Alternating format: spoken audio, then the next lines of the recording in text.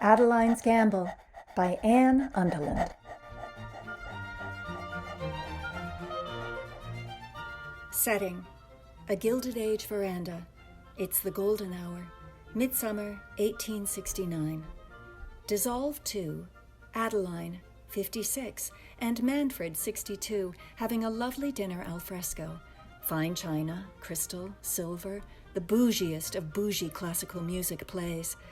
Adeline eats asparagus, the only vegetable, along with artichokes, acceptably eaten with the fingers. She's in a lovely, summery, intensely feminine dress, replete with enormous hoop skirt and bows. We zero in on Adeline's hand. She's clearly a nail-biter. We never see Manfred throughout, but we hear him. I don't mean to bring this up at dinner, my pet, and it's not that I'm angry. It's just that I'm disappointed. It's not even that I'm disappointed per se. It's just that I'm surprised. Gobsmacked, really. Adeline, I simply cannot understand why you would take it upon yourself to go to the post office. The post office, unaccompanied. It's a full half-mile away. You might have gotten lost. What if some stranger had taken you? People will talk. Look at me. Up, Adeline, eyes up. I didn't mean look at me like that. She looks back down, eating her asparagus, stabbing the mayonnaise with the stalk, biting the head off, chewing, and then chewing harder. Manfred's voice becomes increasingly distorted as he drones on. Soon, all we hear of him is a loud, buzzing noise. The mail's delivered every afternoon, but you couldn't sit and stay. What could possibly be so important in the day's mail? The whole thing seems so, well, unseemly. Shudder, Adeline, I do. Don't you have everything you need right here in this house? Haven't I provided? I wish I didn't have to have this conversation, but you give me no choice. You really give me no choice. Suddenly, we hear a female voice, clear and sharp, cutting through the din with a single word. Rabbit. Adeline looks at Manfred. She looks up to the sky. She looks down to the woods at the bottom of the perfectly manicured lawn. She catches a flash of gray fur. Cut to Adeline running down the perfectly manicured lawn. She stops at the forest at the lawn's edge, and it's as if she's hit a wall. She recoils slightly. Stop there, little lady. It's a wall. Yes, a wall telling you to stop. It is a wall of woods, leaves, darkness, and... What's that smell? She leans in a little, pulls back. No, stop. Manfred he wouldn't like you to... Go back, go. Veranda, asparagus, violins, Manfred, Manfred, go back. But... forest... wet. Go back.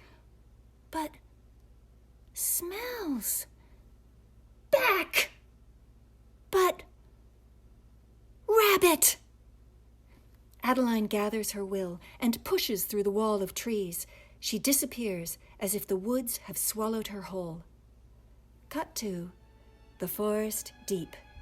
She's in. She takes a deep breath. It's the first time she's breathed this kind of air.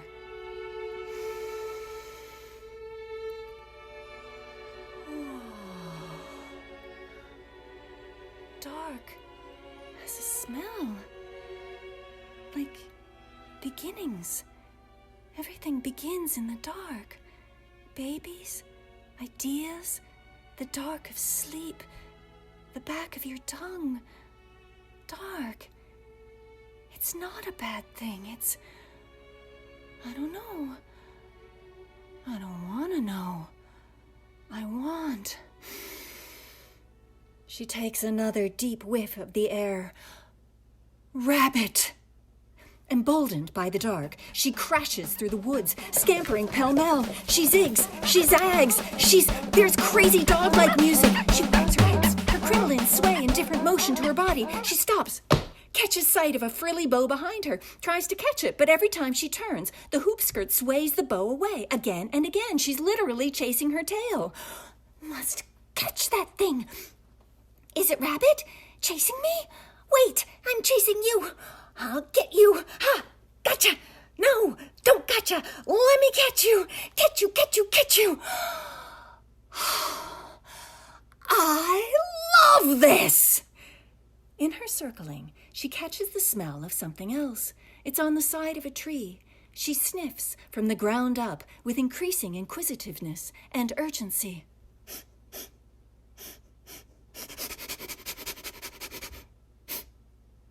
Someone's been here.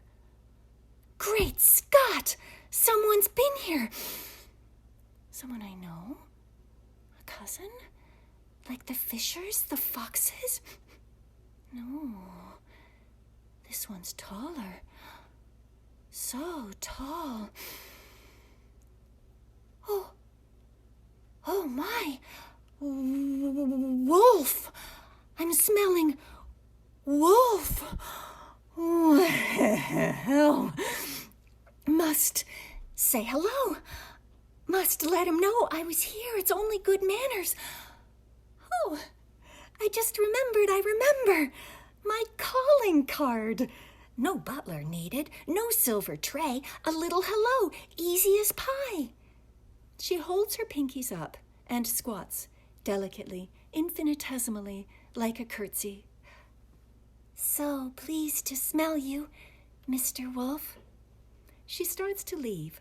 Woodland chase music recommences. Hoop skirts are so convenient for calling. She's trotting along when... Forgot something. It's always something. Cut to Adeline, back at the tree where she left her calling card. She's scratching the ground with her feet. Must do this. Not sure why, but do this I must. Where was I? Oh, yes. Rabbit. Because stick. She pounces on a stick, takes it in her mouth, trots along, holding it proudly between her teeth. Slows down, a little disappointed. No fun alone. Need someone to throw the stick. Then I chase. Throw, chase, forever and ever from the beginning of time. Someone to throw like... Oh, Manfred. How come he never chases the stick? I do like his hands. Behind my ear, on my belly. Makes my left foot jiggle. I can't resist the jiggle. And really, why would I want to? He'll want me back. I can feel it. Oh, pulling tight. My ribs. Oh, hurts. I should go back. Mustn't disappoint. Post office was wayward. Mr. Wolf was way wayward. Better go back. Go home, Adeline. She starts to head back, droopily, shamefacedly, but comes across a pile of something. Hello, dead thing. She gets down on all fours, smelling the indeterminate mound. She holds back for a moment, then joyfully dives into it, hoop skirts billowing. Oh, my, oh, dear.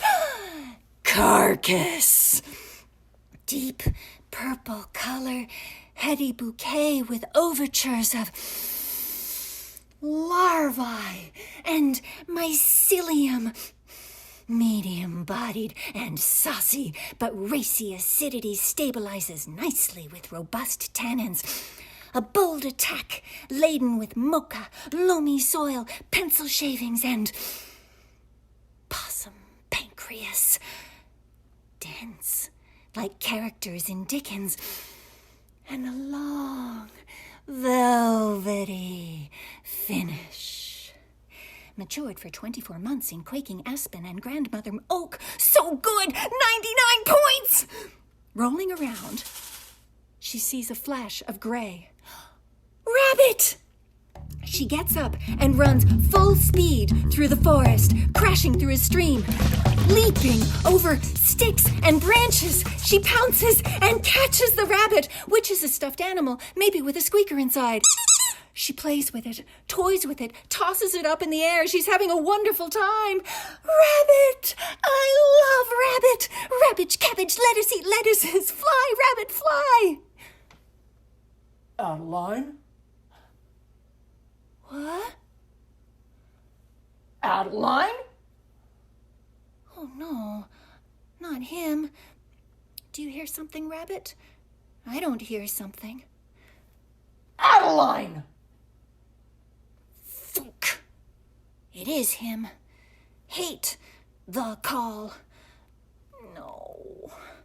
Love the call. Mustn't disappoint.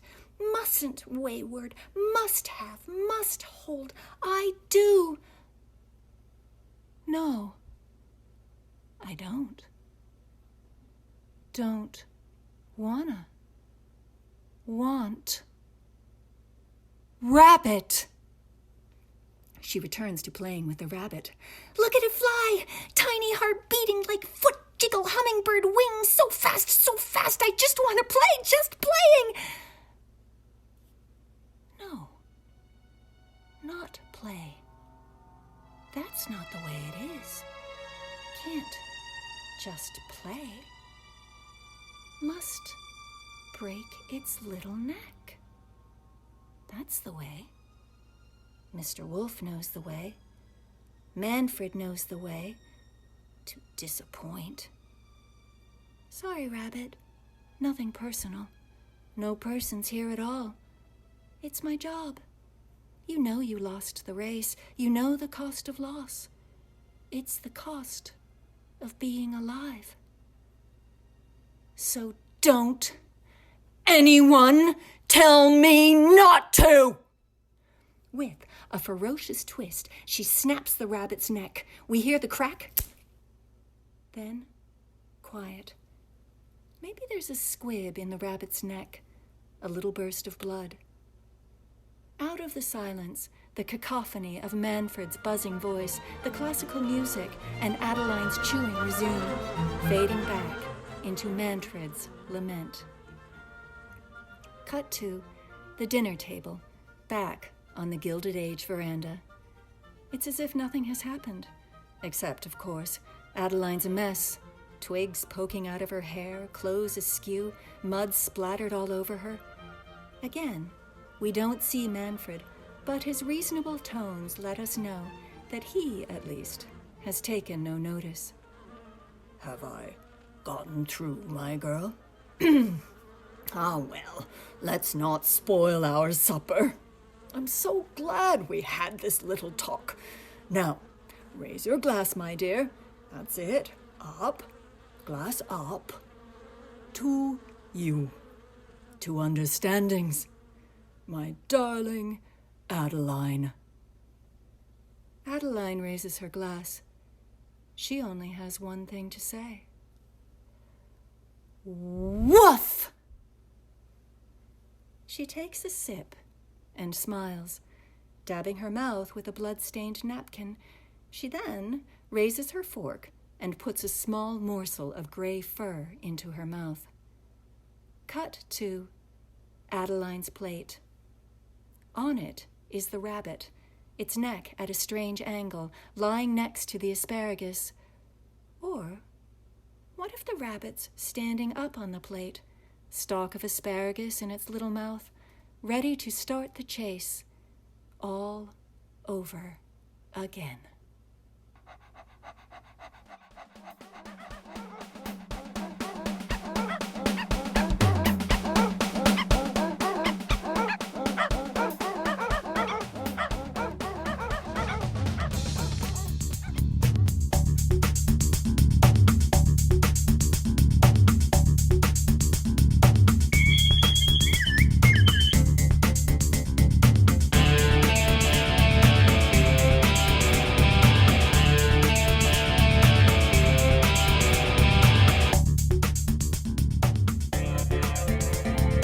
been an audio production of Adeline's Gambol by Anne Undeland. Stay tuned for further episodes of Adeline.